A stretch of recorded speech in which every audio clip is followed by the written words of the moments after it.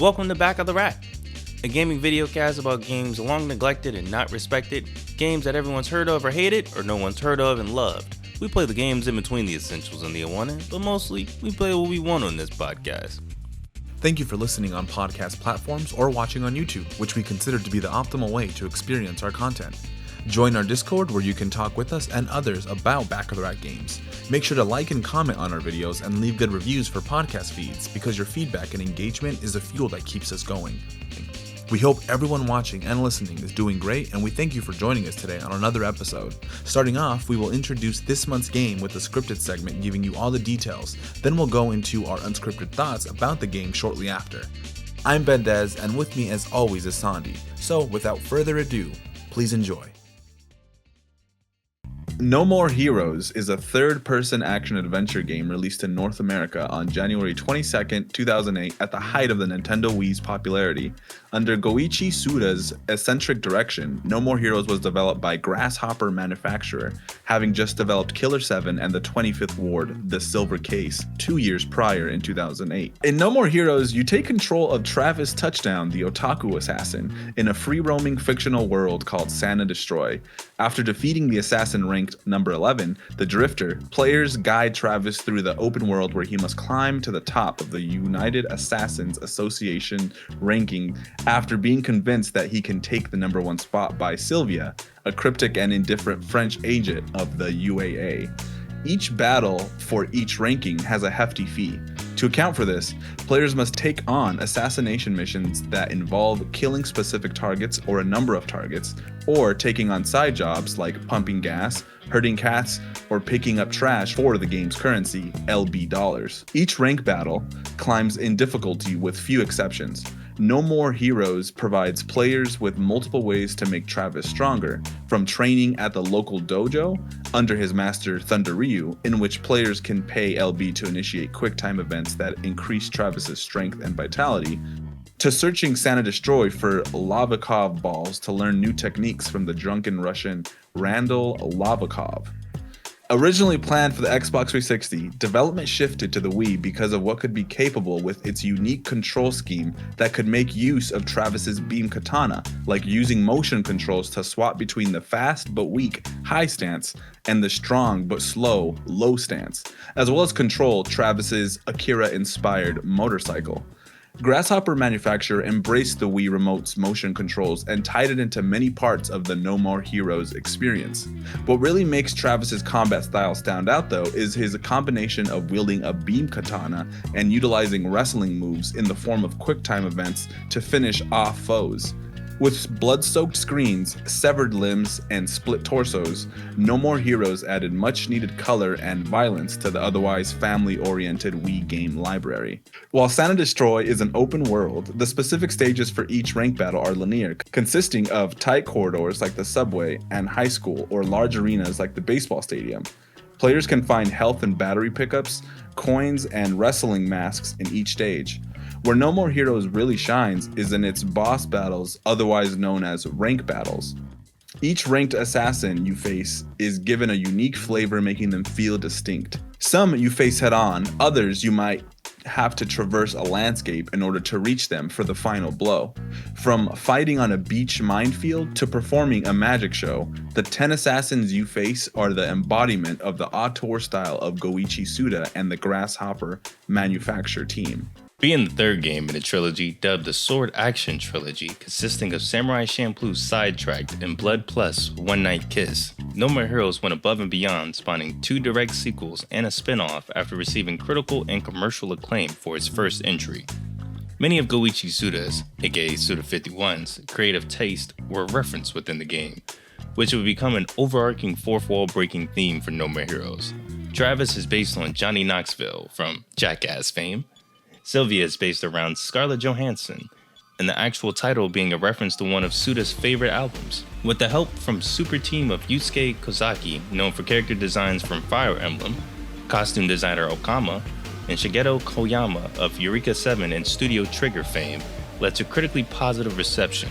X-Play called it the best Wii game of the first half of 2008. It was awarded the best Wii game at the 2008 Spike Video Game Awards.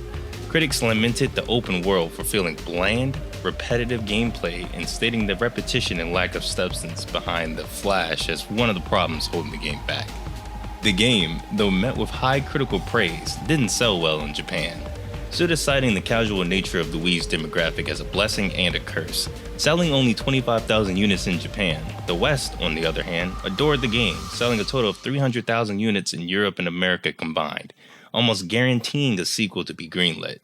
The game was later re-released on PS3 with PlayStation Move support and controller support before the sequel, with much needed quality of life features as well as boss battles against characters from the second game.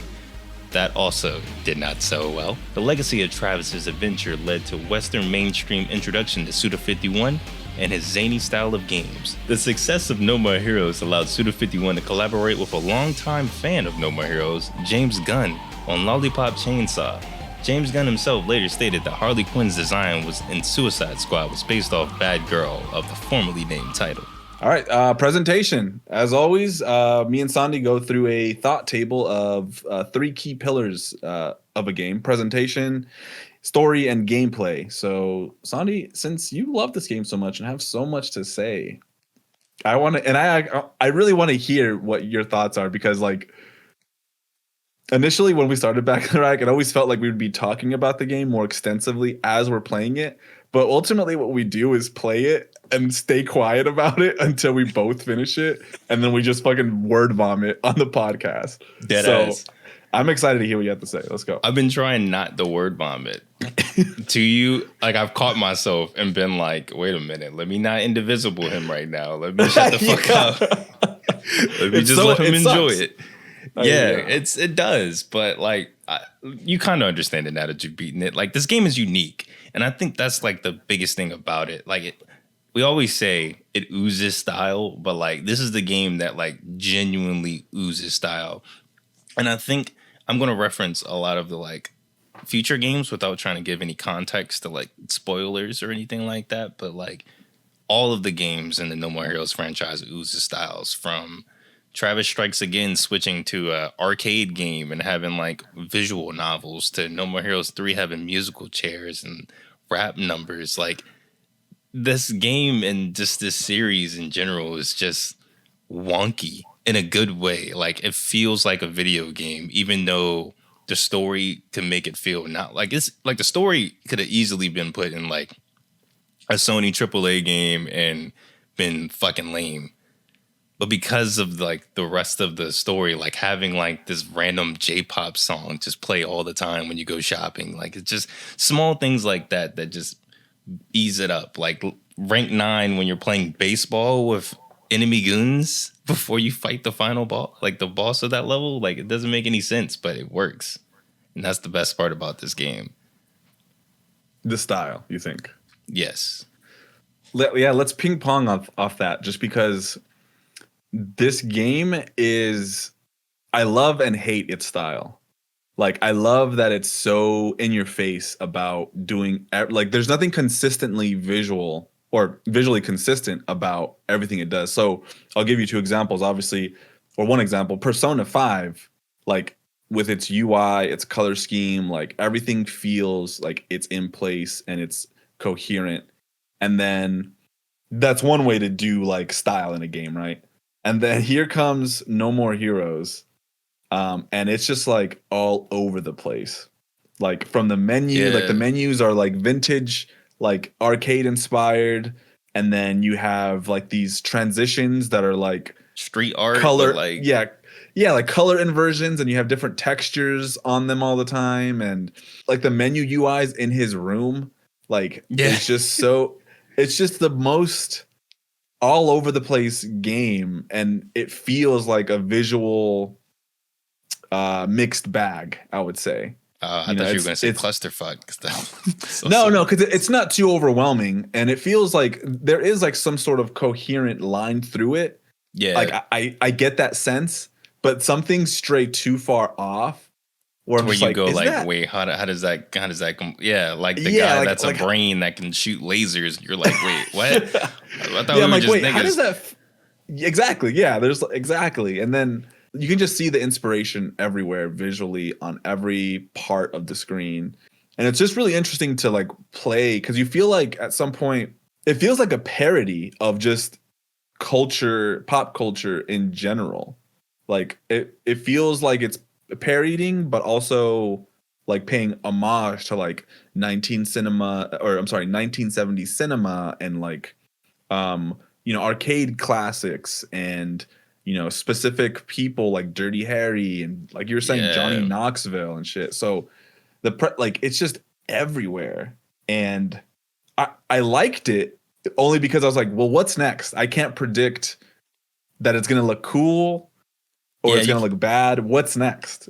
you don't know what the next boss is going to bring to the table. Like the first Mm-mm. boss is so tame that you're like, okay, it's going to be a bunch of assassins, and then you get to the next boss, you're like, wait, okay, how much more crazy can this get? Because the first two bosses are pretty tame, and then it just keeps escalating until it goes back like the opposite spectrum to like tame again. But it all work. But they're not. I don't know how to describe it.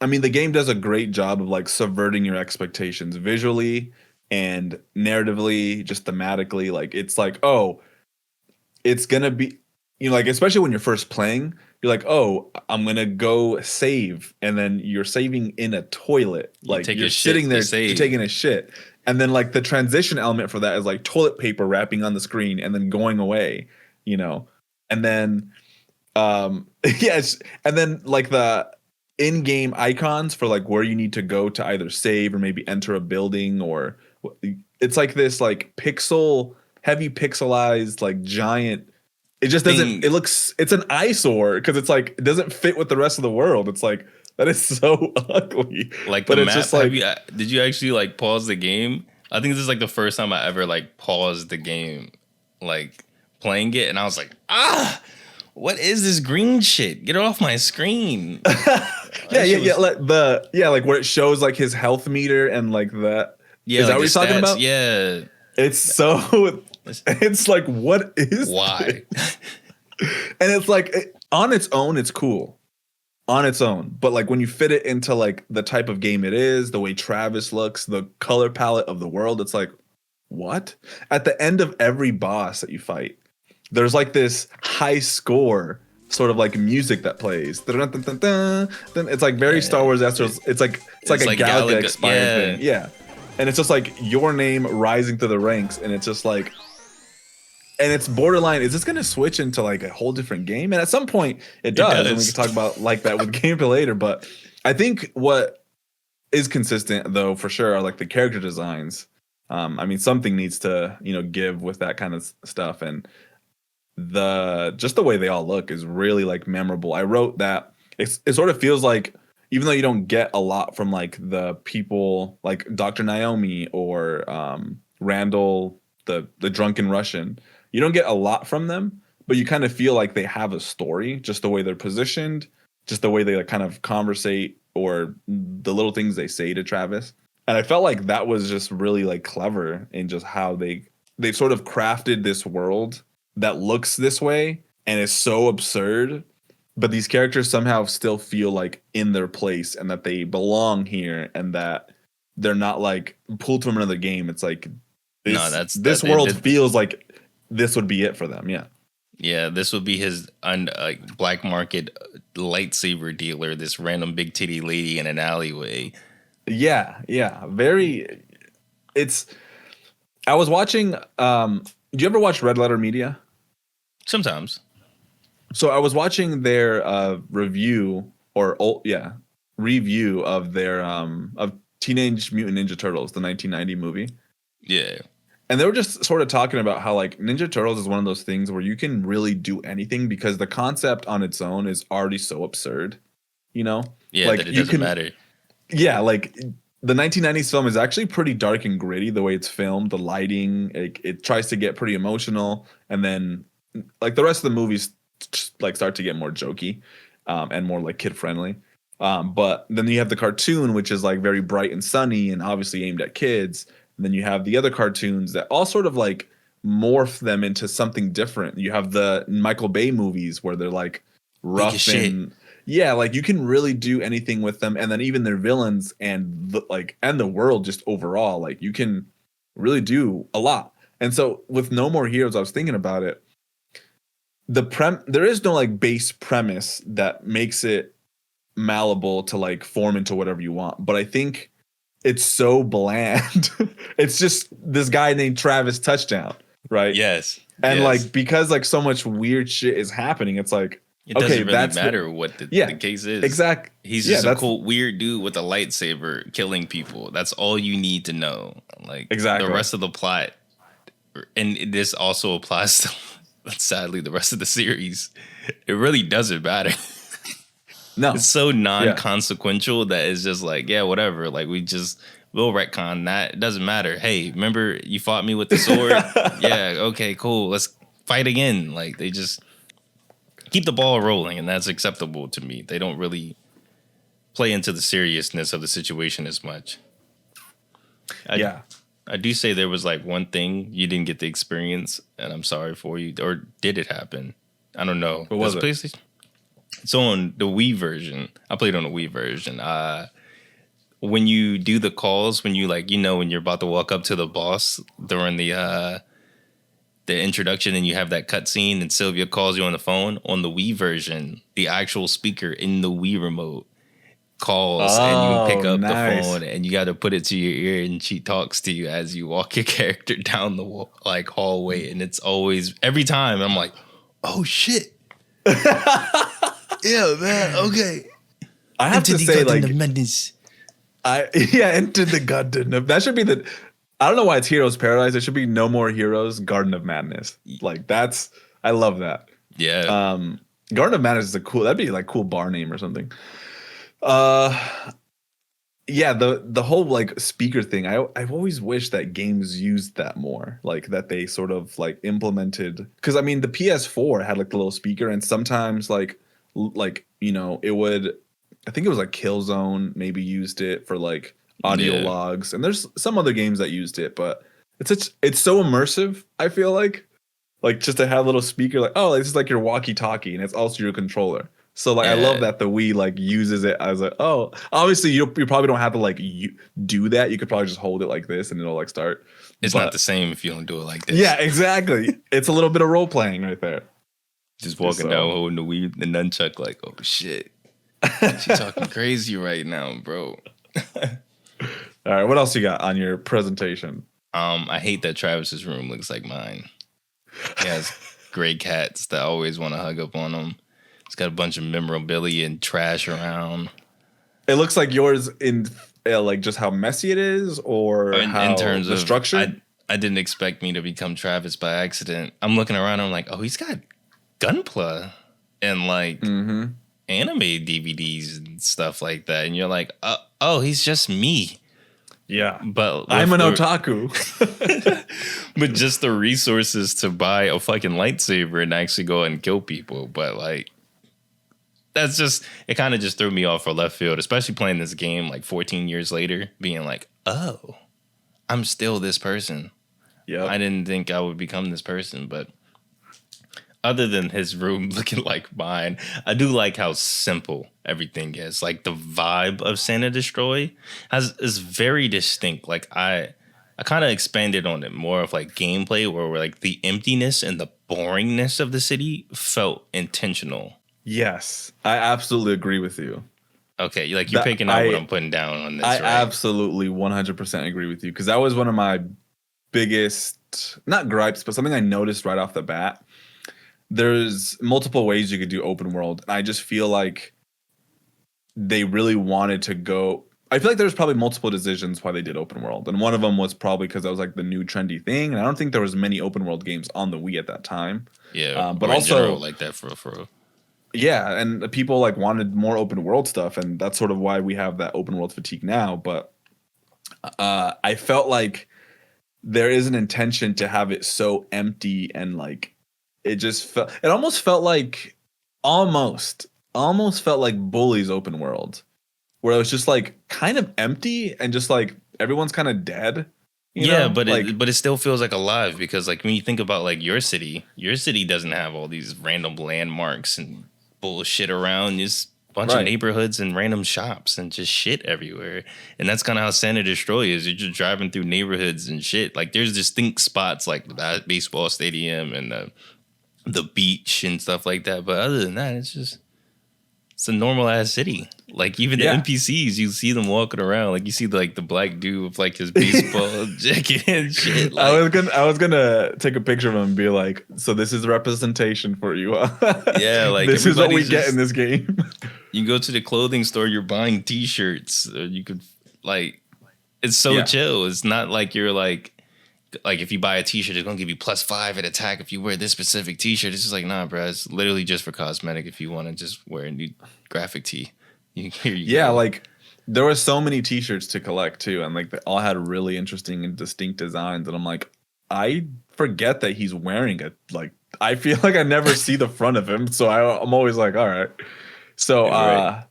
but yeah, like the world just there's something about it that feels like just super. Like I feel like there's gonna be a new in the future. I would say like 3 to 5 years. There's gonna be a couple of indie games. I guarantee you that's gonna have like these open worlds, but they're gonna be intentionally like empty, like almost like liminal spaces, but a little bit more filled. You know, Yeah. like they have some weird like Santa Destroy had some weird comfort to it for some reason. It's Yeah, because really you're just strange. driving and you're just like, okay, I'm driving down the street, or even how like all of the jobs take place within the world.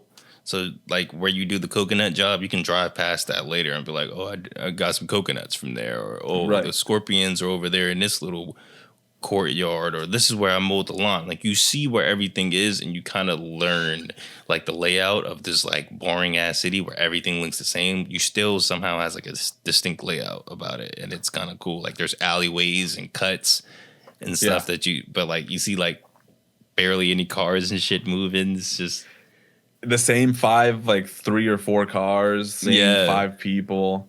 I wrote here that I think having maybe a smaller city with those points of interest closer together maybe would have been cool, but because that was one of my least favorite parts, just to jump to gameplay real quick, is just driving around, having to like drive all the way to the job thing or the assassination thing, or I was like, can I just fast travel? Why can't it be closer? It's not like there's that many sites to see. But that goes back to the presentation, which I think it's an artistic choice to I think to it's an show how artistic mundane like the world is. yeah, exactly, to show how like normal everything is. And then when those weird things happen with the bosses and like the story, it like punctuates it. Like, you have to create like a normal seeming world. And they didn't want to like do maybe like a menu based world where it's like, oh, just click here and you'll get to that shop, as opposed to walking to it. They sort of wanted you to feel it. It does. I just like that we're both on the same page about like it feels Yeah. intentional. But I Yeah, don't know, maybe Suda especially- was like, oh, I don't know what I'm doing. No, I mean, because 2 doesn't have an open world. oh, It's literally, like you said, just a menu, and it's not fun. Because like, I'm guessing. Okay, so then maybe it's not intentional. because like the menu, you don't have to do like any grinding to like do a ranking fight. You can just go straight to it. You don't have to like the mini games. There's mini games for like money, but you don't really have to do the mini games. And plus, they're like 8-bit pixel, like they're like NES, like mini NES games that you play for like the mini games. So like coconut hunting, how you just run up to a tree and tap A, pick up the coconut. Now you have to play a NES game where you have inertia, and it's on your back, and you got to make sure the coconut lands on your back when you kick the tree and run. Like it has a bunch of stupid shit, I would say, and it doesn't feel as impactful because every boss in No More Heroes 1 felt impactful because I did all the boring shit in order to get the money to do that fight. And even like the conversations of like the voicemail and the person's like, you know the drill, like Yes. just pay the money, or like the girl calling like, hi, what's up with you in these videos? Like just I loved that. the world felt like it was moving and everything was still mundane. Like even though he's still like hunting all these assassins, he still has the time to go rent some porn and make a bootleg of it and shit. Like No More Heroes 2 and 3 doesn't really give you that. What's the word I'm looking for? That normalcy, I guess.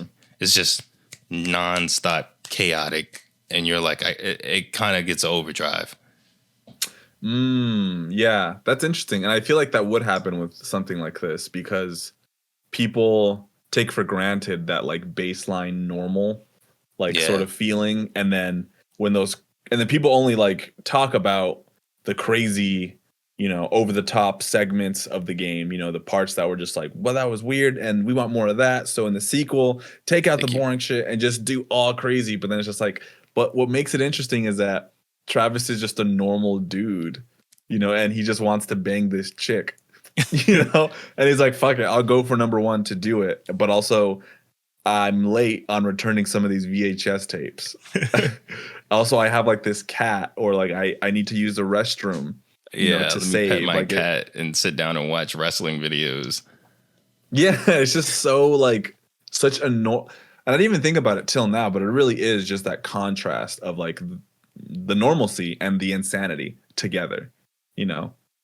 And And I I think think that's the that's what really perfect makes it. blend, yeah, Yeah. of both gameplay and presentation. Like, I think that's the perfect blend of why No More Heroes works so well.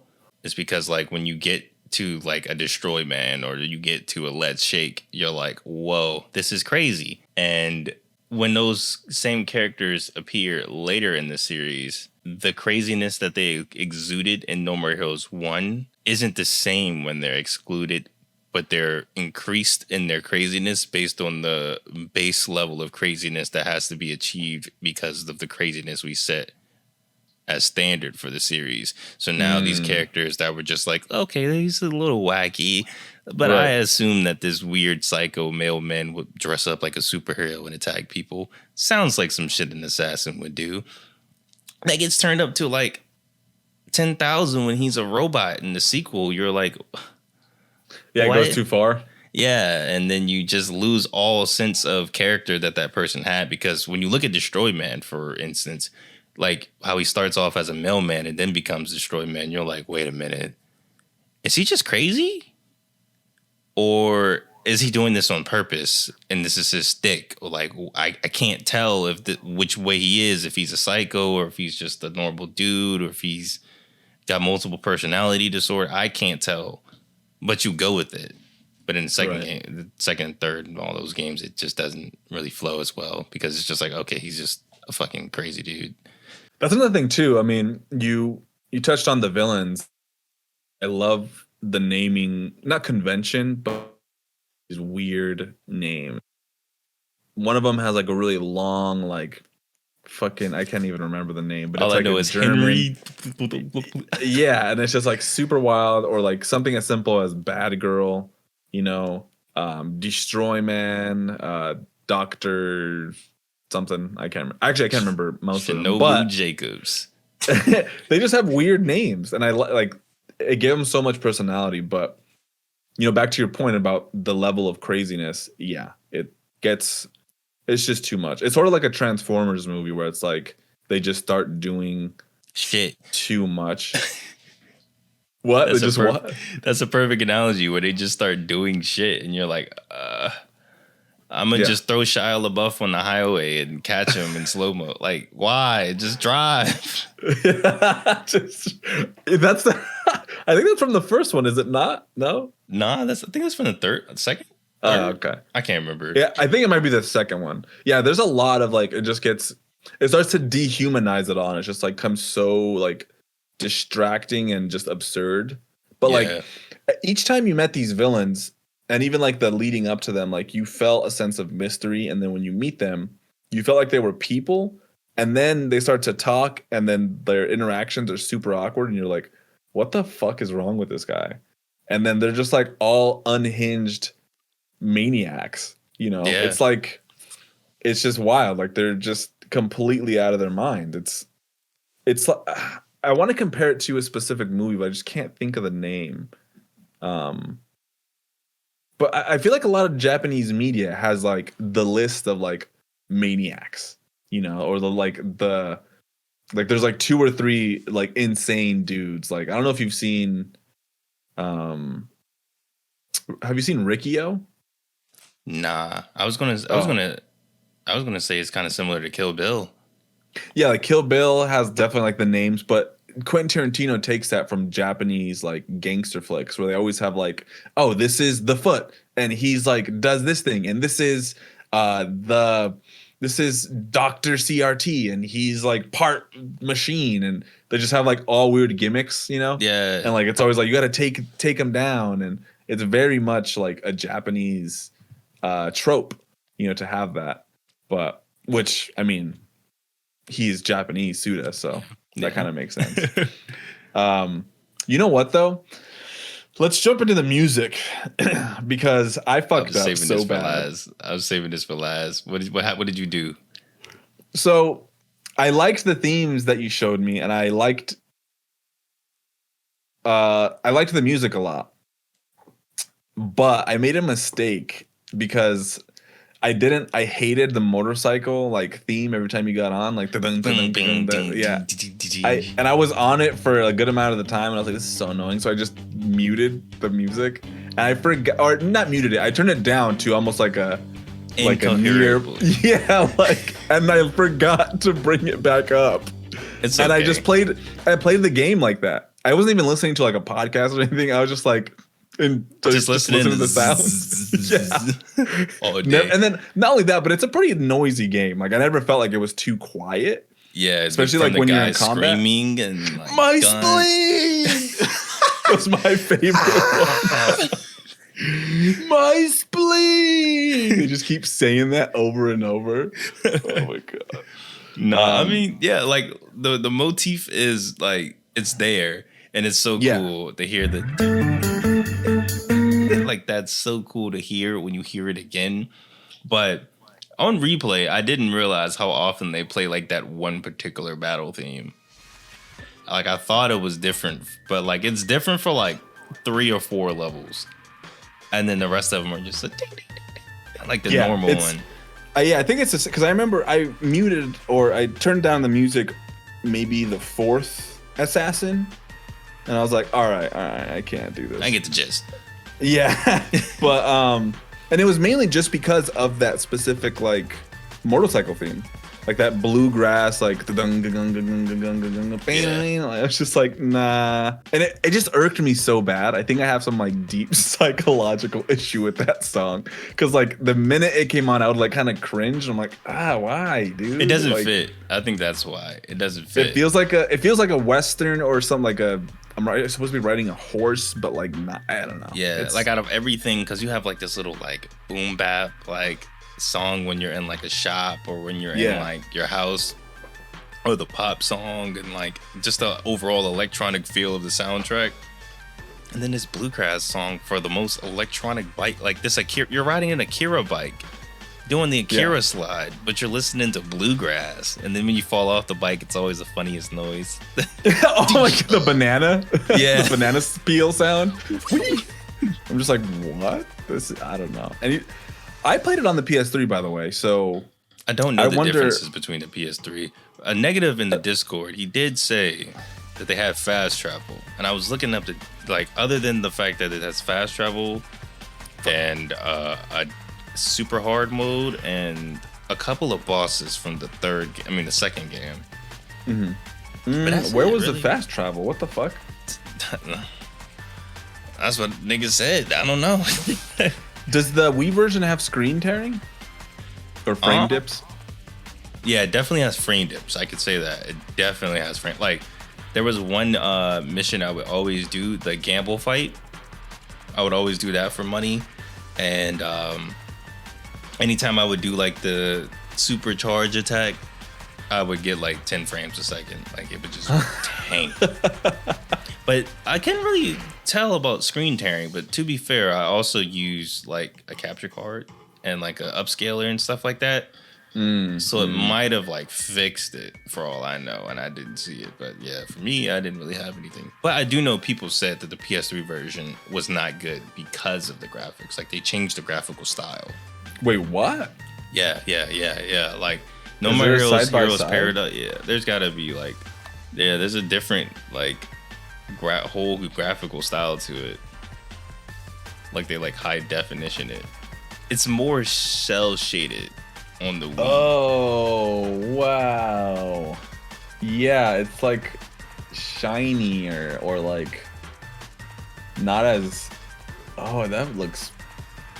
Wait, it definitely looks like a PS3 game too, with like that style. Yeah, like it has like a PS3 style on the PS3, but then on the Wii it looks like the cell shading adds like a little bit of funk to it. Like it kind of looks Killer 7-esque. It looks like what they did was the lighting itself. They added a realistic lighting like thing, and so like it casted shadows way differently than like the flat sort of Wii lighting, because the Wii version kind of gives it like a semblance of like, I guess that's kind of why you can kind of say that like the world feels dead, because it's got the PS3 360 filter over top of it, and you're like, ugh, comparatively to. I've never played the PS3 version. Like I was going to play it for the podcast, but like I just couldn't get a copy, and I just was like, fuck it, I'll just play the Wii version, because I think it comes with like extra stuff if you play No More Heroes 2 on the like Wii. Yeah, it's very like stylistic and like sharp with the cell shading on the Wii one for sure. Wow, definitely. Even though like it looks poor, it looks more like Killer 7 on the Wii. Like it looks more like a graphic novel. Yes. And then it just looks like that's so interesting. But they look like the same models and everything, I guess. Oh, you know what? I will say that I do like the actual presentation of each place. Like the VHS store, the shirt shop, clothes shop, the UAA, the job place. I don't know what the name is, but yeah, they all have a distinct like feel, look and feel. Yeah, really, it was very Persona 5-esque, and I wondering if that's where Persona 5 maybe got its idea for like static cameras in like the stores, because in Persona 5 I remember like going into a store and they all had a very different feel, but it's like it's just a camera. Yeah, and you just and it pops up the UI. Exactly, yeah, and then you can like move around, which would be cool to do, but like I don't think you needed that in No More Heroes, but it kind of has that feel to it. That's one of my favorite like things in games, when they have like a cool storefront, like in the Yakuza games, being able like to go to like the Japanese stores and shit. It's just cool. Like every Yakuza game that I play, I always go to the gas station and look at all the magazines. It's so fun. It's just like simple like pleasures like that, and I'm like very just like, yeah, this is fine. This is good. Yeah. So I mean, yeah, I think that's kind of for presentation. It's a looker, you know. It's different. It's different enough to have you invested. Let's go to story, which I want your opinion on story. Okay. You want my okay. You want my opinion first? All right. Go ahead. Yeah, then I'll explain any inconsistencies or anything. So let's see. So I feel like there was a gap between my first session of playing and then my second and like the rest, essentially. So I can't quite remember the setup, but I remember it not being much of a setup. It wasn't at all. And I remember like, I'm like, what are Travis's intentions? Like, and who is he really? Like, is he trying to just sleep with this person? Is he an assassin himself? Did he just get roped into doing this? But he happens to also be a good fighter, you know? And I was like, is this really the only reason?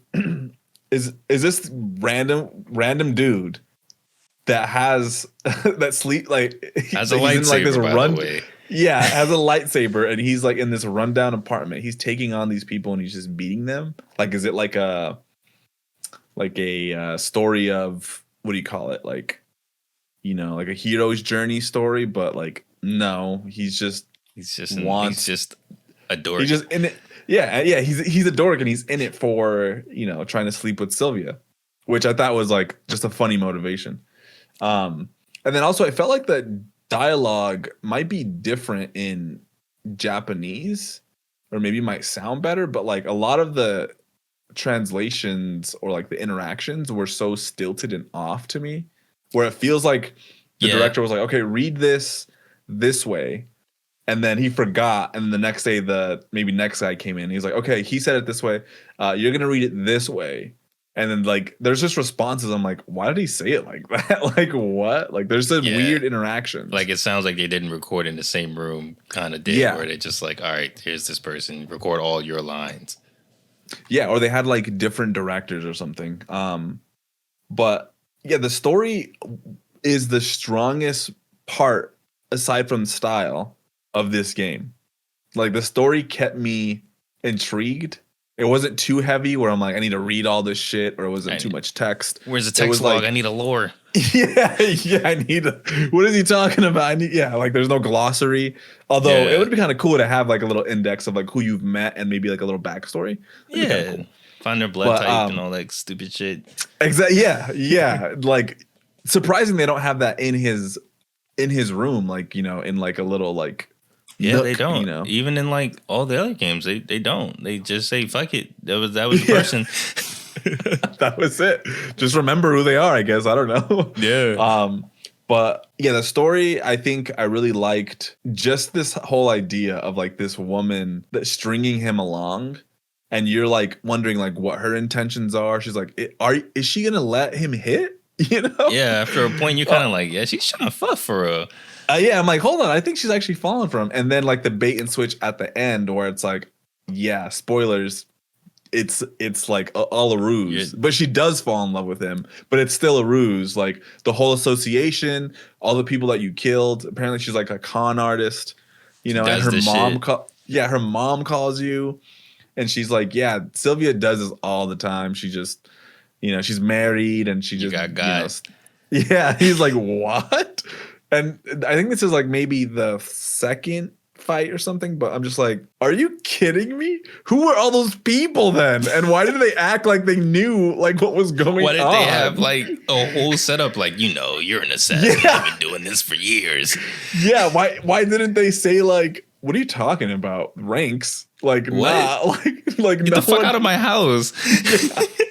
Everybody played along, which was confusing. And even characters that I really liked, what's her name? Holly Summers? Yeah, that's the grenade lady, right? Yeah, I really liked her. And just like, she's like, yeah, like you beat me, you can kill me, it's fine. And he's like, what? Like, and he just does it like it's his like an honorable obligation, essentially. And it's just like, what the fuck is going on now, But yeah, there's a lot of like details that I liked about the story, especially after you kill every assassin, they have the mop up crew with Sylvia. And like it's just just like I love that little detail. To me was just so like I love that they included that, and they're always there, even if sometimes she's not. So they're always there to kind of just mop everything up for you. But that's all I got from the story. Or I mean, the twist at the end, where it's his sister, his long lost sister, and she killed their parents, and she had to kill their parents, and like they show you like this 2D like static image, and she's like, there's out of nowhere their parents. Yeah, I was like, what? We can't also make this No More Heroes forever, can we? That didn't age well. Yeah, seriously. Considering there's like 4 games now in the series, and then what was that other part? Oh, when she like she's explaining her motivations, and like they fast forward through it, and I'm like, why? Yeah, and then you have to go on YouTube and type in slow down so you can fucking hear what the fuck she said. But like the story, I guess I took it differently, especially like now as I'm older. I kind of like read into like more, especially because like knowing Travis, like he says like to Shinobu, like, oh, like your master, I didn't kill your master, like he was my master. I literally just watched like his infomercial DVDs, and that's how I learned to fight. Or like him learning, or him like talking with the very first dude, and he's like, oh yeah, this is the life right here, like this is what I want. And the guy's like, this isn't the life, because people like you keep popping up trying to kill me, and I have shit like I want to just relax and chill. Or like Dr. Beast being like, I didn't really get to enjoy my family because I'm an assassin. Or like Holly Summers, how like because I think Holly kills herself with a grenade, and he's like, no. I think because he was trying to kill Jean, I noticed he didn't kill any of the women until he got to like the final three. Like he killed like the mom, the grandma, because like she killed his master, and then he killed Bad Girl because he's like by that point he's already gone, long too gone. But like I felt like that's all the women though. Yeah, Wait, like am I missing one? Yeah, like the top 3 assassins are all women, other than Shinobu, who he spares. But like it's weird that he has like a lust for battle and like a drive for like fighting, and that like carries on to like the other games as well. He does the same shit where he's like, hey, if a person puts up a good fight, I'm not gonna kill him. It's all good. Like he does that throughout all the games, and it's just like become his thing. But like I really feel like this story was the weakest part, oddly enough, even though like that's like the one thing that like hooks you in and keeps you everything going. Like because it, like with this game, back when I played it, there was no More Heroes 2, 3, Travis Strikes Again. It was just No More Heroes 1. Like you have the context of like, okay, this game finishes. Now I wonder what's going to happen in No More Heroes 2. How do we go on from here? Back when I was a kid, I was just like, okay, that's it. And that's how the story felt. It felt like it was a story made for one specific game. We're not making a sequel. We can just do whatever the fuck we want for the ending. Nobody cares. Right, yeah. Yeah, it felt like a Hail Mary, like fuck it, let's just Yeah, I want to have this cool boss fight, so fuck it. This is the story behind it. Same with the ending where it's like, oh, that guy that killed the guy is your twin brother. And he's also married to Sylvia. Oh, shit. Like that whole like final boss in the real ending, which is just a boss fight against the guy from the cutscene. It really didn't feel as well as it did when I was playing it as a kid. But it is interesting, the ideas behind it. But they just get dropped in the second game. So it's kind of like, it kind of nerds my feeling a little bit more about it now in hindsight. That makes sense. That I could see that. And now I don't know if I'll play the next two. You should play the next two because they don't have motion controls. I played it with a classic controller, and that was the greatest shit in the world, bro. Damn. Like, I think they're on the Switch, right? Or on the... Yeah, I think so. I think they're on the Switch now too. But yeah, I just felt like the story was really, which was surprising. I thought it was going to be more gameplay. Like I liked the gameplay more, but like the gameplay was just so, it was mid for me. I was just like, okay, well, damn. I mean, this is but I mean, you have to think of that. Like, firstly, it was motion controls with the move, which was pretty responsive, but I was like, I fucking hate motion controls. And then I switched. Then I switched to the controller, and then like it still wants you to do a lot of like the more interactive actions of like, you know, using motion controls, but you're just using the 6-axis. So it's like, oh, every fucking enemy I kill, I have to do like the slow motion and then hit, you know, right. Yeah, and it just like gets tiring, and I'm just like, I don't know about this. How you think I felt? Yeah, so like the gameplay just wasn't it for me. I think if there was no like intriguing story, if it wasn't like paced like this, where it was like, you know, going after 10 people, you know, like where it was clear, like there's 10 people. Okay, I'm doing number 8 now. I'm doing number 7. I think I would have been really bored. At the same time, I did like a lot of the mini games. Like their gameplay was somewhat fun.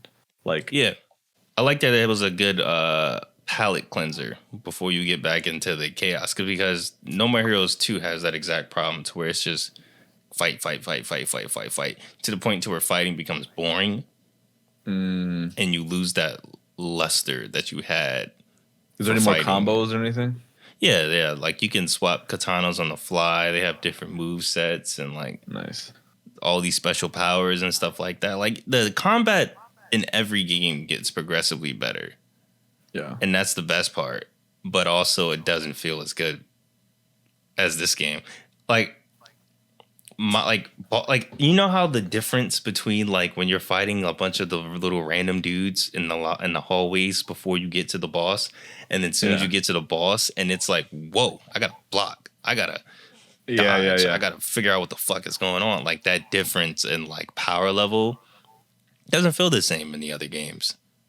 I hate having to compare this to the other game because we're only talking about No More Heroes 1, but like Yeah, what the fuck? Like, I'm trying not to, but like the context of those games helps me with like how I feel about this game because as it, like even when I made like my top like my definitive like this is my top 10 games of all time and I put this on there. This was a nostalgia pick, like a pick I out of mean, like which one I had the most fondest memories of. yeah. And as I play it again, like the gameplay is still tight. Like I love being able to do like the little like witch time dark slide parry. Like yeah, I didn't. I Did you know that there's a I parry? I did that like 4 times in my whole gameplay. Oh There were yeah, certain things I'm like, how the fuck do I trigger this? I don't understand. Like yeah. I There's just could not work it out. I'm like, I don't know. And maybe there that's why I didn't have much fun with it because of little not being quirks. able to yeah. Like there's dark slide where you like as soon as you get hit, but you block it, you like wiggle and then you'll like slide to the left. And then there's like an actual parry where you have to like not lock on. And as soon as you lock on at the same time as an attack, you'll like knock them off and do like an instant charge attack and stuff. There's a Never did bunch of that. like cool things that you could do, like mix it in the wrestling moves and stuff like that. Especially on hard mode, which I played this playthrough on. Like Mhm. boss battles felt like boss battles. Like they were showing mechanics and like insta kill moves. I was like, whoa, this really feels like in a battle between assassins. Like they block a lot, so you would have to like you would just be having clashes before you Yeah. would get a chance to like actually like strike and stuff like that. And that gameplay felt the best, especially like out of all the series. That's why I say this is still my favorite.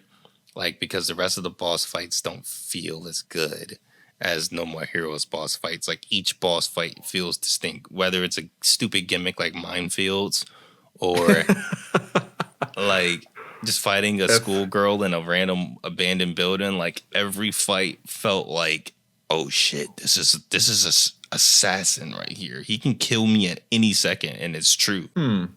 so then the story. Oh, by the way, Scarlett Johansson, I Sylvia. don't I I'm don't not seeing the understand it. I connection. me neither. I don't know. It must be from like an older movie or Yeah, something. some shit she did, or maybe Iron Man 1. I mean Iron Man 2. Was Iron Man Yeah, 2 she's out by not. that time? She's not in Iron Man 1. Yeah, I don't know. What the fuck movie would she have been in by that time? That she play like a French woman or some shit? Or Yeah, maybe it's I just don't her know. looks is based on Scarlett Johansson.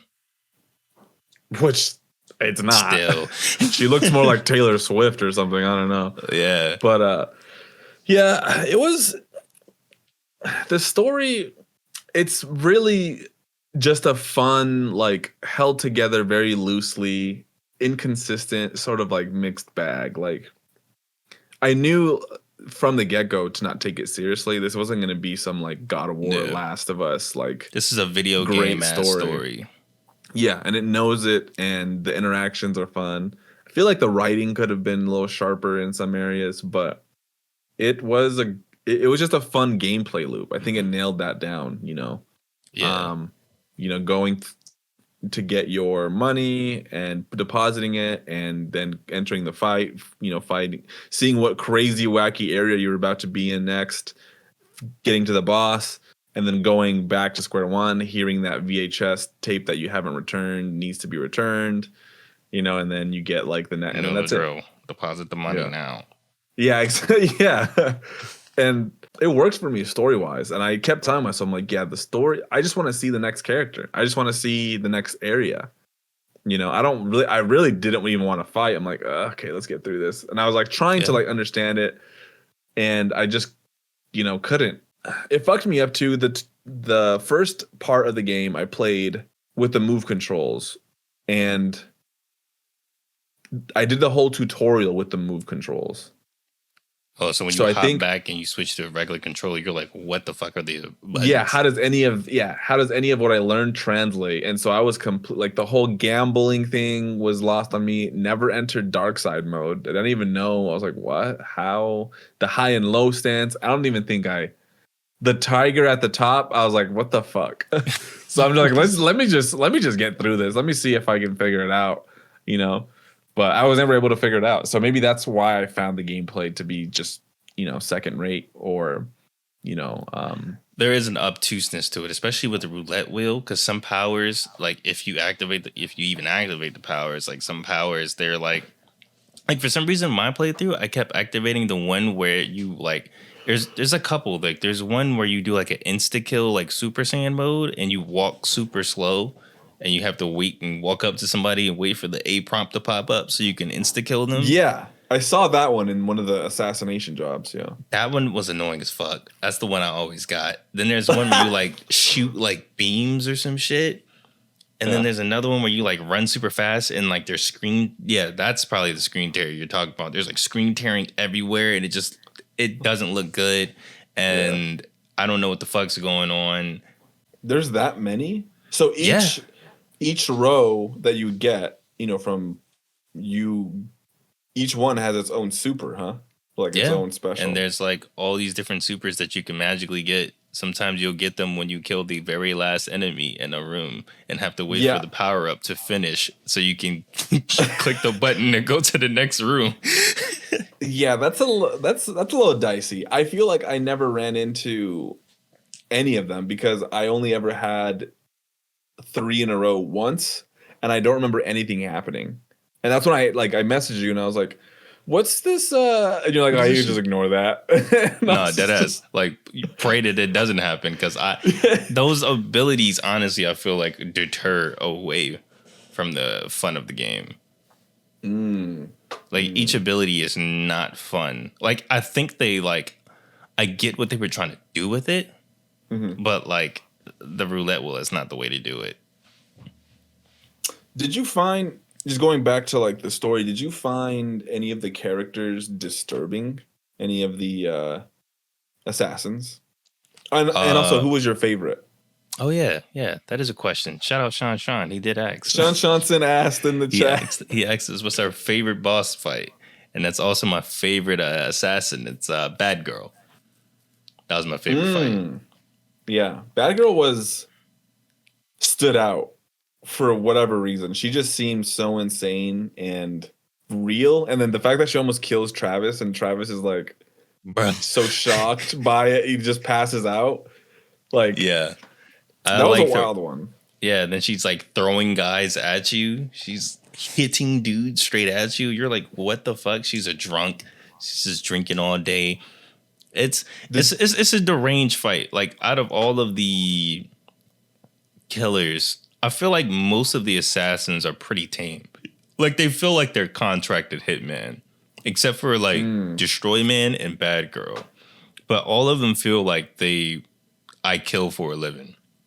Right, like they're not like, yeah, except for those two distinctly. Like those two just feel like serial killers. Yeah, like there's something wrong with them. I guess there's a little bit of insanity to all of them, but for sure, like she was like psychopathic. Yeah. And then also the fact that she like lives underneath a baseball stadium or whatever was just like, I'm gonna just get drunk and have people pull up. Yeah, and just get hit by me. I'm hot. Die. Like that should be a game like that. I mean, I guess it is like, or did inspire Lollipop Chainsaw and stuff, but like playing as her and like her insanity. I don't know, but it was, some of the character interactions and like things that they were talking about were like borderline disturbing. Sometimes maybe the violence was disturbing sometimes, like the fact that Travis he stabs Bad Girl and like she's still fighting him, still beating him. Yeah, like bleeding that's just, all over him. That's kind deranged. Deranged. And then the fact that Holly Summers blows herself up, like her whole torso is gone. That is, and you're like, yo, what? Yeah, it's kind of intense. As like jokey as everything seems, it packs more of a punch because the world feels so normal. You're doing normal shit. Even though the place is called Santa Destroy, which is such an awkward name to me. Santa Destroy. It's based on Tucson. It's like, no. Yeah. It's Santa Destroy. Based on I think it's based on Dirty Harry's San Francisco, which, oh wait. Yeah, it's based on Dirty Harry's San Diego, which is actually in San Francisco, which is like super weird. Like he was weird. Confused about what he was basing it off of. He just said, fuck it, bro. I just want LA. Yeah. But I don't know. I liked that. I like that there was a genuine like unnervingness to some of those interactions with the characters and the ultra violence. You know, like I couldn't imagine some of the more normal characters, like the people in the shop, you know, being in these so situations. yeah, and these like extraordinary, like what the fuck is laser beams? This old lady is like eviscerating an entire town. Like what the Like fuck? what is yeah, it's all you know what it almost feels like? It feels like One Punch Man and like just how all Yeah. these fucking characters. How can you just destroy a city with one punch? But I also Yeah. can, so I'm gonna fight you. Let's go. And you're Yeah, like, like what? Where did this come from? And it that's also pretty brings much what it back to was. like the story where it's like, were these guys in on it? Or like, Right. are they genuinely like an assassins? Like, if there really is a United Assassin Association and she was just conning Travis and she's not a part of it, like, I'm just like, hey, I'm just your manager as you fight these guys or some shit. Yeah, super confusing. I'm like, so then I don't know. It just I don't threw know. me up. But I I love still it. don't I know. love it. I love it. And maybe, yeah, maybe I'll just like wait to forget a little bit, then play the second one. I don't know. But No, yeah. let's 'Cause jump if we play the into second one, they're just gonna nerd it. They literally mentioned it 2 times, like for like a second. Travis goes like, "Are you just gonna con me again?" And then she goes, "No." And then they just keep just keep going. oh my god. Yeah, it feels like episodic, like a very episodic type of deal Yeah. for sure. By the way, you I guess we'll talk about it with gameplay. You asked me how I felt about the whole Shinobu fight and like why I was curious like why that specific fight or that Listen, specific thing. every single that's the most memorable fight out of all of the fights because every single time I play this game, I fight her and I lose like 7 times, and I go, "Yo, what the fuck?" Like, I Is she just number freak out. 3 or She's or like 4? number 8 or some shit. Oh, is she? Yeah, she's pretty early on, and she's like incredibly hard every single time. Like, even if I play on normal, I played this playthrough on hard, and I was like, "Yo, this bitch is hard." But I think I died twice, and that's when I found out about the thing you're talking about, which is like their instant death moves, yeah, I which think she are has. fucking like you don't even know what they are, and you have to die to find out. And I'm just like, oh, cool, okay. Yeah, like Bad Girls when she's crying on the floor, and if you attack her, Yeah, she'll just kill I thought you. I thought it was supposed to be a cutscene. Like, oh shit, okay, I'm gonna go and walk over, initiate it, and then she fucking grabs you or whatever, and it's just like, Yeah. oh, cool. Yeah, I guess I'll restart this boss fight. Yeah, even though she's almost dead. Fuck. No, yeah, Shinobu was one of the ones. I think that that one might be my favorite boss fight because that one felt the most like two people clashing swords. Like the genuineness of you having to dodge and figure out her abilities and contacts and not getting hit by her insta kill moves. Like Batgirl is the most fun in terms of like just like the No More Heroes structure of the game, but Shinobu's was the most fun in terms of actual gameplay, in terms of being hard, feeling like an assassin. Because I can't remember for the life of me what her actual stage was beforehand. Like I still don't know. Like what you do. Did you go through the school? It was through the school, and Can't even I think you actually get like lost in it. Like it becomes like some of the thugs lock the door, and you go like the wrong way or something. It's a little weird. Yeah. See, Which I don't one's the remember one that. where you? Which one's the one where you? You know what? I think there was something special about the school one too, because they all had like a gimmick. I like the first one had like the baseball thing, right? Or the second one had like the Yeah. baseball, which was so cool. I loved that when you first start and you're just like, oh, okay, you Electricity. You get electrocuted because you had the beam katana and they turn on the sprinklers. And you gotta run super fast through the whole hallways and shit. Yeah. I remember now. okay. I remember now. Yeah. Most of the that's what it stages was. aren't really that memorable. There was like 2 subway stages for some reason. That's right, there were, but they lead to different places. I don't really care for the stages like that for real. Like they really are forgettable. Just like the minions that they have. Like I just don't really care, give a shit about them. Like I really fucked with the forest stage. I was like, what? What a fucking surprise! Like that was cool to me, even though it was like again pretty like bland. But it was just like, yeah. Yeah, it was just they're all like just boring stages, that facilitate the bloodshed that your rampage. But I feel like they were all, let me see. So you have the subway, the high school, the stadium twice. Yeah. Because you go there and then you got the beach. For that being my favorite character. You got a literal long ass hallway. I hate the beach. Yeah, the long hallway because you're following that. Yeah. Yeah, and then the forest. That's it. You know, moment I really liked, the mansion from the very first one. Oh, right. Well, the moment I really liked was I think it's number 6, the sixth assassin, the guy with the brain, and he like looks all sci-fi. Yeah, and you don't even fight him. Like someone else kills him, and then you just like. And I was like, "What? Okay, cool. Let's move on."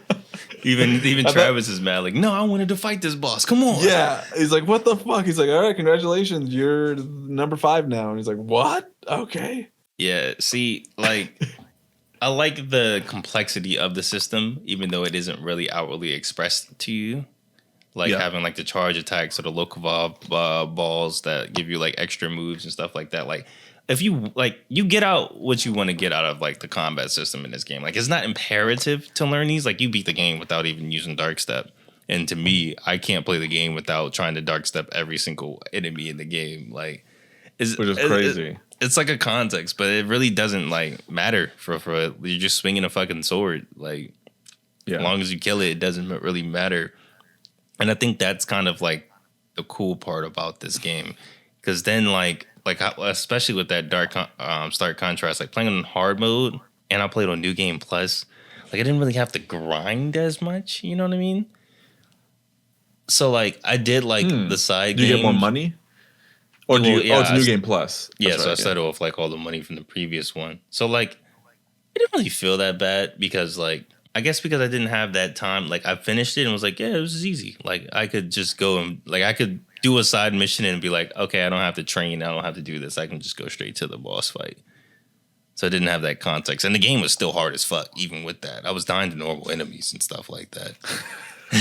But like, I don't know. Like I just feel like gameplay wise, it's very brain dead in a sense. Other than the fact that you got to jerk yourself to charge your beam katana. I really wanted to, like, I guess I enjoyed it to some extent, but it just, there wasn't enough variety. And I wrote here that it feels like this is what people think of Dynasty Warriors combat as. Like, I felt like it on the head. You nailed it on the head right there. That is exactly a great analogy to this game. Yeah. Like, Toby Cass. Where's Chris? But like, genuinely, like how, like I almost say Resident Evil, Dynasty Warriors 9, for example.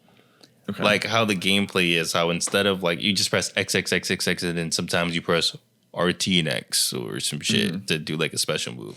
Like when you simplify the Dynasty Warriors combat formula, that's why 6 and 9 were so like hated by like the fan base, because they take away that complexity, that sense of style that you have, because it's like, oh, I could press X and Y, launch them in the air, do an air combo, hop on the ground and do like a whole thing. Where when you're just pressing X, like that's how No More Heroes it feels. You're just pressing A. You're not really doing anything. There's no jump button.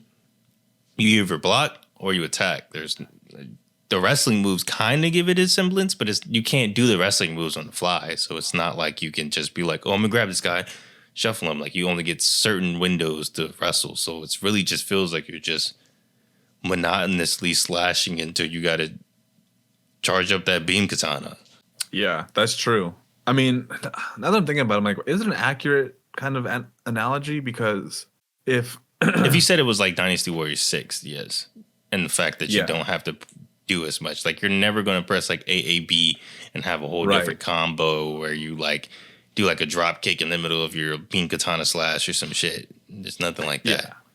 Yeah, so I guess you make I guess you make a good point, and it is yeah, closer to like Dynasty Warriors 9 or 6. But at the same time, I don't feel like I can even say properly because I didn't even play, I didn't even get to use a lot of the things in it. I beat the game somehow without using dark side like in or like having to do any of like the dodges. Like I'm trying to think of what villain or what assassin gave me the most trouble. And I want to say it was, I mean, Gene I killed easily. I was like, that was Yeah, it, you know? that was immediate. Who was hard? I definitely died from the magician like 2 times. And Shinobu I didn't die at all. But she was over here. Okay. No, I did die. I did die. I think that was my first death with Shinobu. Because of like she did some attack and I was like, what happened? Again, like they just have these instant death attacks and you're just like expected to know. Guess we'll just shoot a Kamehameha out of his chest and I'll die. There's so many times where I'm like, oh wait, no, like I can recover from that or whatever. Like I still have life or whatever, and then like they just do it and then it's game over, and I'm like, wait. Especially when I first saw the game over screen, I was like, what is this? Is this like a whole new meta game? Yeah, because it didn't even say like continue. It's just like yeah, it's just straight face like this in-game anime like cover or something. I'm just like, what the fuck is this? Did I lose? Did I win? What do I do? Yeah. Slice it. Okay, we're back. You know what actually felt gross for sure though? That's the bike riding. Riding that damn bike. Yeah, it still feels gross. Even to this day, even No More Heroes 3, like every time I play this game, I just can't get with the bike. It just is so stiff. Yeah. And then you gotta do like that stupid ass like turn shit to like actually turn, and it's the worst shit because it doesn't feel good at all. Yeah. Don't even get it. It just looks so bad. I'm just like, what is this? And you would think, I mean, it was way better than using, because I had to use the PlayStation Move controller like this, you know, and like turn, like throttle up like this, and then move left and right. Yeah, like to go. I had I understand why you hated this fucking bike. Yeah, I was like, it was horrible in the Wii remote. I know it was horrible in that. Oh my god, I can't even imagine. I would stop playing. I understand why it took you so long to beat this game now. I was trying to figure out how to operate that bike for like 35 minutes to like an hour. Just trying to like, I was like, what? How do you? It's got to be. And then and then it would move, and I'm like, there has to be. And I would look online, and people are asking the questions, but no one's answering it with like a definitive, this is how you do it. And ultimately, I think I just accidentally like did it, and then it turned. I was like, oh. And at the bottom of your screen, there's a meter that says left and right. And I noticed that there's a little meter at the bottom. It says L and then R with a little line in the middle. And it goes to the left and then to the right, depending on where your controller's at. And I was like, oh, that's how you do it. But then I was like, how the fuck do I hit the gas on this thing? And I'm like, I'm not going to let go of this controller because you're carrying like the navigation thing and then the move. I'm like, I have to put this down to fucking like, no, like this is stupid. Can't be the way. Yeah. So that's actually insane because it's no motion control at all for the bike on Wii remote. It's just it's just driving, and then like you just gotta like I think you gotta shake the Wii remote or like or the nunchuck, one of the two. You gotta shake one of them motherfuckers, and that's how you do like the turn real quick, and like that's it. And then other than that, I thought you'd have to do like the whole thing like this or something. No, not like other than that, and like doing the jump. So sometimes I would adjust myself and I would accidentally jump trying to like, all right, I'm sitting in my chair and be like, oh shit, I jumped. But yeah, there's no motion controls. Can you play it on the Wii with the classic controller or does it have to be? It has to be with the Wii remote. But No More Heroes 2, you can play with a classic controller. And there's like, everything is made, like even like the recharge is all built into like the controller, like you just shake up and down the analog stick and shit like that. Yeah, it's pretty. That's not bad. It's pretty intuitive, like the rest of the games controls wise, because you don't have motion controls. I mean, it sounds like it was better, and probably even back in 2008, like it was a more thoughtful and implemented. Like I always liked the idea of motion controls, but there was just some games I feel like that didn't need it. I don't know. I just feel like there was something about moving a third person character, like, you know, Travis, and then having to swipe, that just didn't feel intuitive. But if it was like a specific, like a other kind of game where it's like, what's a good example of like something that really, Metroid, I forget which one it was on the Wii. Other but M? like, no, it wasn't Other M. Or It was, Prime? yeah, it was the one, yeah, it was in first person. Yeah, Prime, yeah. Yeah, like that just feels right. Like that, like you're in first person, like you move in Your this hands is your already thing. out. You just, Yeah, like it just, I was like, that is awesome. And like that team just knew how to utilize it, But everything else where it's like you're controlling a third person character with the camera and stuff, I'm like, no, I don't like this. I hate it. that is how. And that's why Heroes Spectrobes. That's why I never got to ride up Spectrobe. My biggest regret in life is not riding on that Spectrobe. You're gonna be in your deathbed like, yeah. get the Wii. Where's Sondi at? I want to tell him my biggest regret. I need to ride a Spectro, please. I only got so much to live. Come on. Tell him to play the game up to that point, and I'll take over. I just want to ride it, please. I just want to ride. Like motion control wise, because like attacking is only with A. Like you really only do the motion controls for the kill animations and the wrestling moves and stuff. Yeah, it's a pretty tame motion control game. Wow. But I don't know if you would really like playing through this game again. I think you would enjoy playing like the second game. Yeah, I mean, dude, I've been in an RPG mood, my boy. I'm like, I'm itching. I need to press I don't attack. even know. It's always around this time of the year where I get into like this gaming mood where I'm like, I don't want to work on anything. I don't want to do anything else. I don't want to hang out with anybody. I just want to sit here and just straight up like just game 10 hours at a time.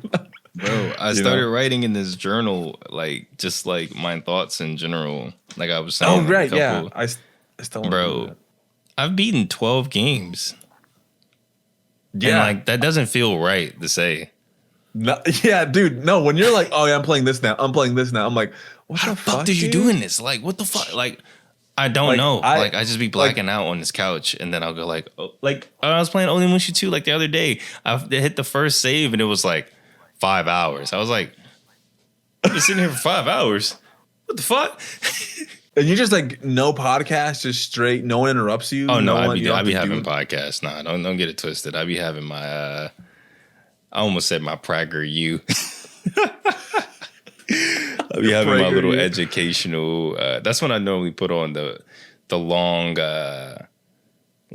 form 3 hours. Somebody's talking about some social justice or conservative shit, and I just listen to it and be like, yeah, this is good. That's me, dude. You're really me when I was 25. That's so funny. That's what I used to do with like Warriors and shit, or like that's how I got through a lot of my games. I thought. In my mind, I was like, well, okay, video games might be wasting my time, but what if I can play them, but also listen to something of value that has some sort of educational merit behind it? And so I'm like, okay, maybe I could learn something and then do this. And it never, like, none of it ever stuck, but I've been watching that's this, what I would do. I've been binging this guy. It's on YouTube. He was like a history teacher, and then he became a YouTuber, and he just like explains like the history of shit. Like he explained like neo-slavery, like what happened to slaves after slavery. I'm watching one now about like Indians and how they were like pretty much eradicated. Like he just like goes over like all these topics of like history that like American history, because he was an American history teacher, that like they don't teach you in school. And he's just like, bro, I was teaching people this and they don't even like, this is not in the book. Like this shit is insane. And then I'm listening like, oh wow, that is kind of crazy. Thanks for this 4-hour video, dude. Yeah, I mean, that's a good way to like burn through stuff. And like, I feel like now I played so many games not paying attention that now I'm like, I want to pay attention to some of the games that I'm playing. Like there's moments even where I'm just like even with the Back of the Rat games. Yeah, like I'm like, I want to listen to it. I want to like think about it. I want to be in it, Unless it's like a really like long RPG or something where I could like, okay, I already kind of know I'm gonna go grind, so I already know what this is gonna be like. But I know this middle section, I cannot give a shit. This sitting that I'm doing right now, all I'm gonna do is do side content, so I'm good with just watching something extra. So like now I just have such a hard time with certain games, like listening to like a podcast, because I don't like forgetting the game that I'm playing or being like, wait, what? Like I've beaten so many games, I'm just like, I don't even know what I've beaten anymore. I have to like look at my trophies and be like, do I remember that? And then now I now I get this feeling like I want to replay games. Like I want to replay. Um, I was telling you that I wanted to replay Arkham Asylum, and I want to replay like Spider-Man, and I want to finally beat Red Dead 2 because I never beat that. But I want to play Trails of Mana, and I want to play like Final Fantasy Crisis Core. So I'm just like, but I What do I beat do? Crisis Core. I just can't remember. I'm like, I don't even fucking remember what happened. I want to replay Yeah. Final Fantasy Type Zero, which I think is on our list. So maybe Yeah. I'll wait for that. Mhm.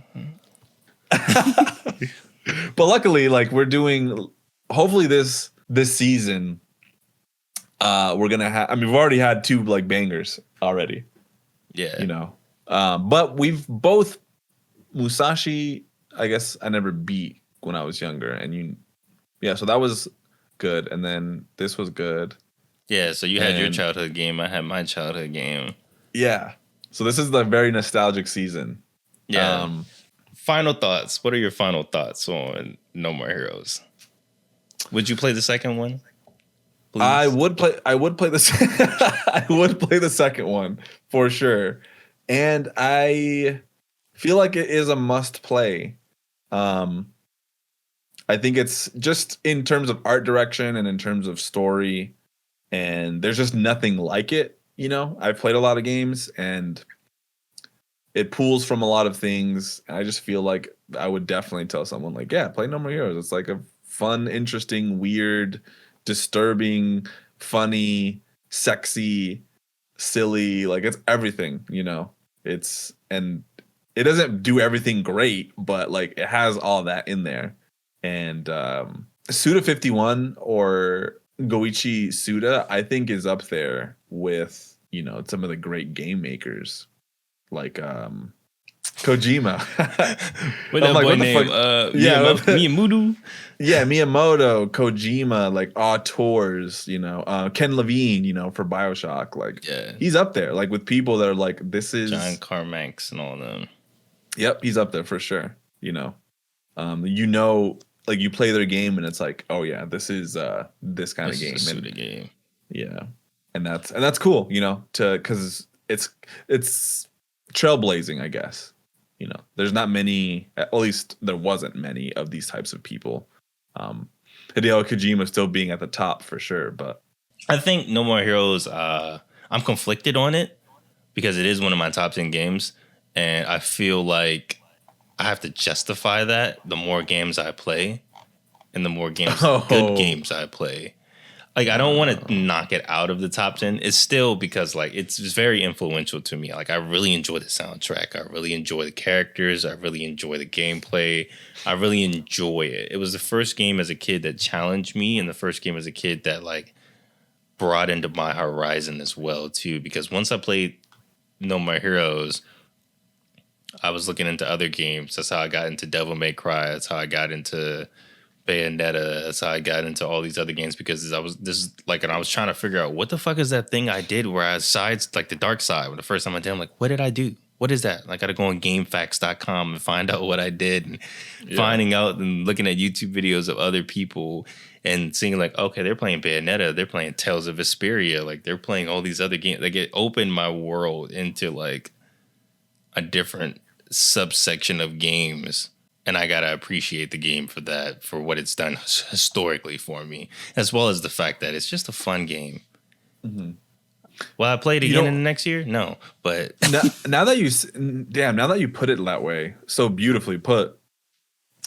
I don't know if Musashi is this direct comparison to like your No More Heroes. I would say that the game that is like what you described for me, like that, is probably Shadow of the Colossus. I would say that's where I was like, what? It made me think of like games differently, and my dream is to be a film director. So I remember seeing that and being like, this is how I would want to do my movie. Like, this is fucking incredible. This like wide shot of fucking this dude riding on a horse, boring everyone to death, because it probably wouldn't translate well to like a movie. But like, and then just fighting this Colossus, minimal dialogue, but it's still being emotionally resonant. Yeah, just I don't know, but I think there's other games that probably equal No More Heroes. Like I feel like Dirge of Cerberus is gonna be that, and then Musashi definitely I can see was. Dirge being that fitting that title for you more Yeah, historically than Musashi. yeah, I feel like Musashi was yeah, just something you just like, yeah, I played that as a kid, but yeah, like yeah, didn't and really like it's play it. no, yeah, I didn't like play the fuck out of it. I just played that first like section, and or wait, no, I played a good maybe half of it or something. I can't remember what I said or what I did, but the soundtrack was definitely more impactful than the overall game because I didn't beat the game. But I think yeah, I that's mean, kind of how another game in this season that we're gonna play is gonna be like. which Should we one? just announce them? Fuck them. Fuck it. Fucking Yeah, Alpha I mean, Protocol. Like I played Alpha oh, Protocol, but I never really played Alpha Protocol. Like I think I did like the first mission and was I think that was like, a "This is demo. interesting." Yeah, or the demo maybe, and I was I like, think I "This is played the demo. interesting." And then everybody talks about it and it's like, "Wow, it's like Spy Bioshock." I mean, Mass Effect, Spy Mass Effect, and I'm like, Yeah, yeah. haven't even played Mass Effect, so I don't have the context. I think. Wait, have you never played Mass Effect? I've only played Knights of the Old Republic from BioWare. I have not played any other BioWare game.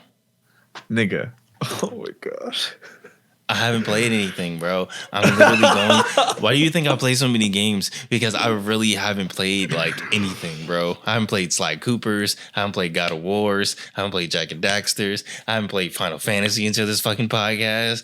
Oh, that's true. No, no, yeah, because you say that was your first I Final didn't even Fantasy. play No More Heroes until we played this one. And I was like, well, shit, let me just go around and play the rest of the games. Damn. You will definitely like those games, Mass Effect for sure. I mean, now they're dated, but and so many things have taken inspiration from them. But I think right now on PlayStation Plus, you get Mass Effect the trilogy Yeah, for man. free. So I mean, like start with Mass Effect 2. I don't know. I've never played Mass Effect 1. That was like the PC or the Xbox one. So I don't know. Like I know it's You janky said and very start at the different. second one. I feel Yeah, like because they're not like you could play 2 and 3 because it's kind of like Uncharted. Like 2 and then 3 is like those are the good ones, and one's just like oh they were kind of figuring shit out, or like The Witcher. Like the third one yeah, is the one that you would you're recommend to like someone because the first two are like ooh. It's yeah. like that. See, that's what I was saying earlier. Where like talking about like Forspoken, where I was just like I never really resonated with those games because like it's just like oh white man gun, ooh You can make the main character in Mass Effect black if you wanted to, okay, and then but I didn't know that he's a off the black, fucking.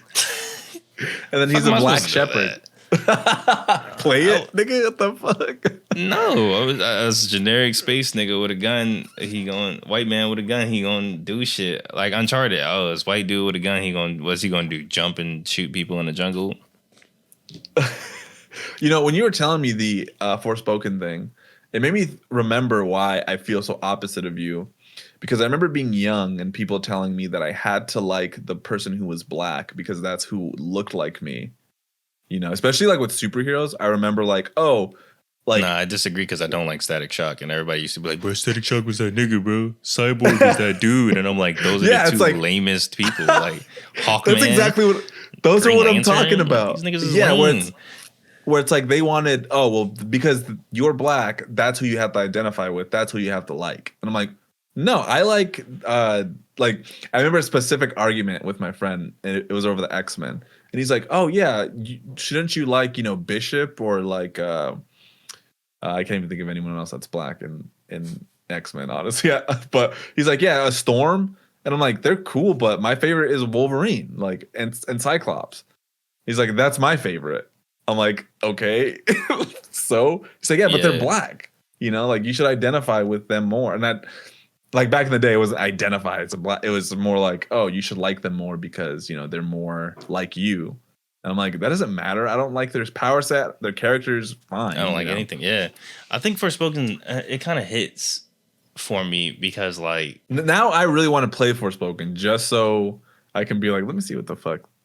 from the first initial look back when it was like Project Atlo or whatever. Yes, it looks so like, cool. Yeah, I was like, what is this shit? What is this? I want this. I want to play this. I don't care what it is. I want to play it. And yeah, I've kind of secluded myself, so I didn't really understand the memes where people were like, "Hi, I'm Black Girl and I'm up in all isekai."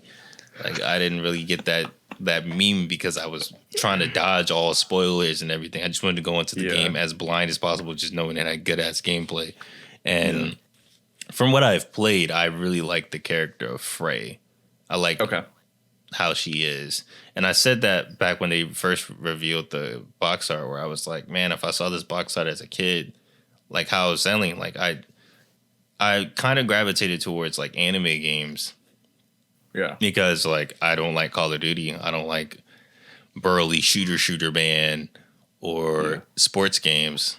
Like and I don't like playing Grand Theft Auto. So like only thing I really had was anime, because I would try to make my own character and put them into those worlds to like immerse myself into those worlds. Yeah. And that was the fun part for me. And a lot of the times anime games allowed me to do that with like created characters or whatnot and stuff like that. And like I think about that as a kid, of like my outlook on games and like my perception of like more AAA or just in general just games of that higher magnitude would have been if like there was like a cool black girl, and then you look up at the GameStop monitor and they're like, Forspoken is out now, and you're looking at the gameplay. You know how they have that little shitty GameStop news shit they play, and I'm looking, I'm like, what the fuck is that? Huh. Yeah. Okay. I get that. That's cool. It's got a little. What is this black girl doing with all these cool ass powers? Like that. Like, you know what I'm saying? Like it. It is it's weird.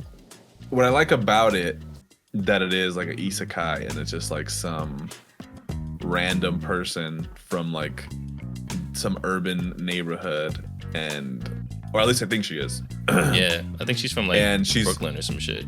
Yeah, she just pulled into like this situation that's super fantasy, like that you would absolutely see like a white protagonist or like a Geralt from The Witcher or something being, you know.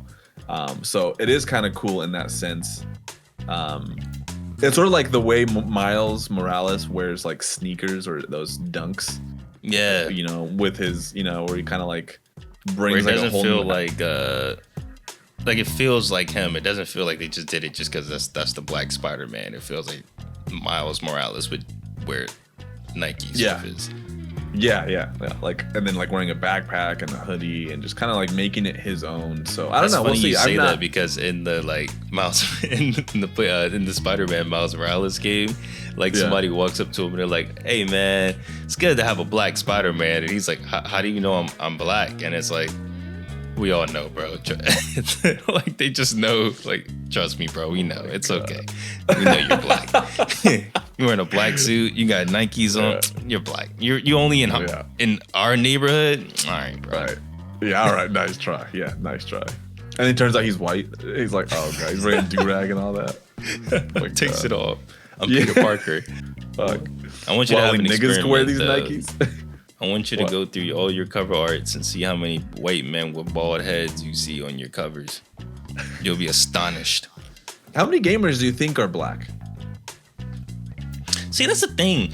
I feel like we're a minority in a minority. Because gamers are already a minority. And then I feel like being a minority already in a minority. There's a lot of minority. You know what the fuck I'm saying. Yeah. Like, the black people that play video games are the casual gamers. They only gonna play 2K, they only gonna play GTA, they only gonna play, you know, whatever sports game or whatever shooting game they got. And then that's it. Like, often, like, we're a rarity that'll be like, I'll play a JRPG.